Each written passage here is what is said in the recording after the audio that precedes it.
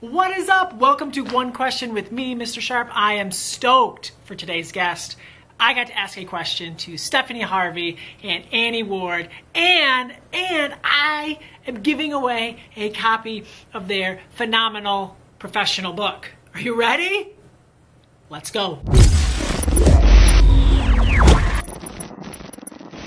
I received a copy of From Striving to Thriving last summer, and it is one of the best professional development books, one of the best books for teachers of readers that I have ever read. It's phenomenal, and it starts with an original comic from the one, the only Dave Pilkey, and the book is just so important, and you're going to learn so much if you haven't read this. If you have read this, you know what I'm talking about. And it's also beautifully designed.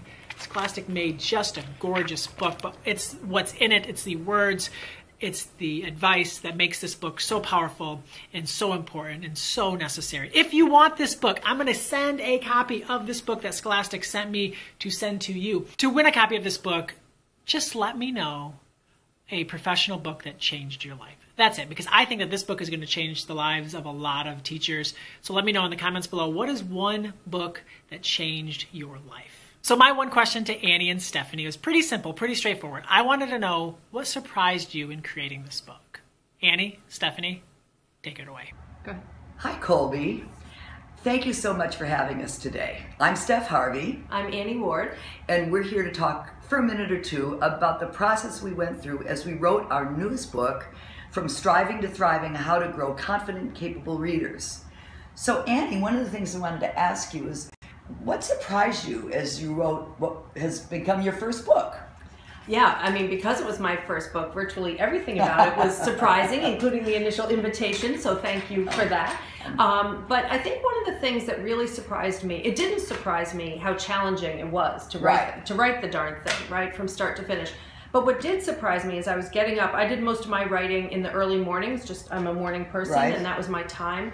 So as I would be eating my oatmeal and getting ready to face that blank screen, that daunting screen, one of the things that surprised me was how much heart I took and inspiration from just Twitter and social media, and reading specifically the tweets of other writers whom I so admire, from Stephen King to Penny Kittle, Lori Halse Anderson, whoever it was who was about to start their writing day.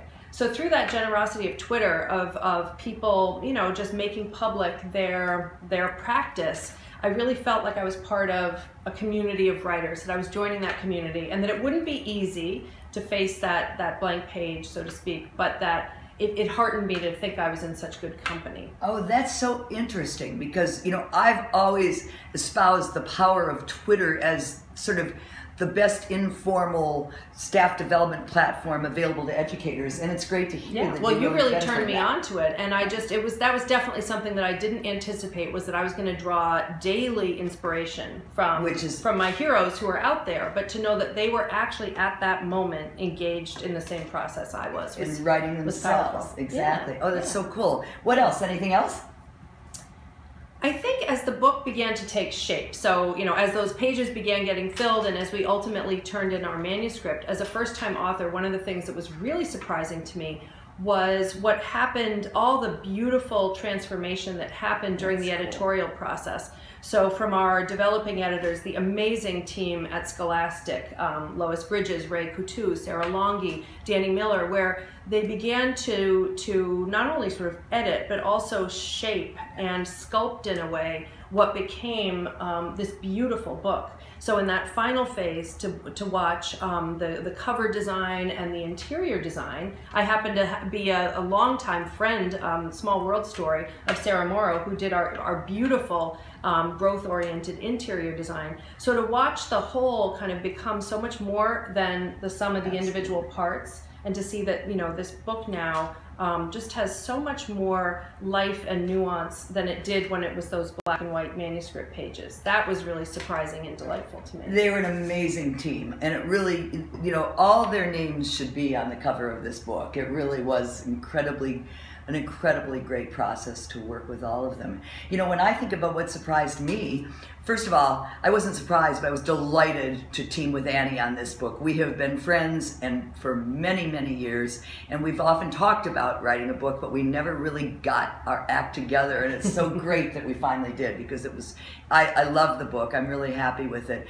But I think one of the things that surprised me the most is more something that sort of happened after it was written, when I started reading the book, when we first got it, and I started looking at the book, because one of the things that I think is, it's so, thanks to the designers, thanks to the editors, it's so well laid out that each chapter is kind of a mini book of its own. So we have the chapter, for instance, on tabling the labels, and that whole chapter is about how to help kids grow confidence when they read. So you could read that and really focus on the actions in that chapter to build confidence and get to know kids. Or then we have a chapter on access, which is based quite a bit on the work that Annie does with Maggie and other people in her district that allow for teachers to build these great classroom libraries. And you could spend a month not reading the chapter, but really building classroom libraries and figuring out how to do it. So each chapter, volume, instruction, book matching, each chapter, curiosity, literally you can stop at the end of the chapter, engage in those actions, have study groups about it, whatever. So I didn't realize that, although the book as a whole, for sure, it's also got these individual chapters which play out on their own, I think, as well. So that was a surprise to me, really, that came after I saw it, loved it, and read it. Yeah. Well, thanks, Colby. Thanks for this opportunity. And I think we're going to leave with some questions of our own to post to your viewers. So thanks, Colby, for the opportunity. We really appreciated spending this time with you all. And now I think we have a question for any of you who are watching. If you've had a chance to dig into From Striving to Thriving, what, if anything, surprised you? We'd love to hear from you. Exactly. Thanks. Bye. Friends, thank you so much for tuning in to this edition of One Question with Mr. Sharp. Annie, Stephanie, thank you so much for your answers. Thank you so much for your time. But most importantly, thank you so much for this book. Remember, friends, you can win this book by leaving a comment. I asked a question at the beginning of the video. Stephanie and Annie left a question at the end of the video. All the comments will count as an entry into this giveaway. Thank you so much for watching. Have a great day. Change the world. Do awesome things. Have a great day and happy reading.